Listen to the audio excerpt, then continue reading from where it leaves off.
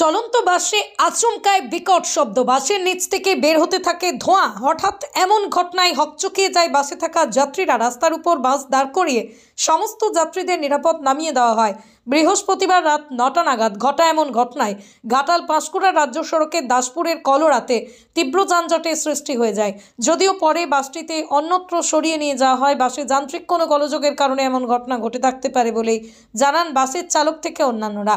কর্মসূত্রে কলকাতায় থাকেন। হাওড়ায় ওই বাসে চড়ে ঘাটলের রাধানগরের বাড়িতে ফিরছিলেন শান্তনু মাইতি। তিনি জানান, হাওড়ার নেড়াদেউল রুটের ওই বাসটি দাসপুরের কলোরা ঢোকার মুখে রাস্তার মাঝে হঠাৎ দাঁড়িয়ে পড়ে।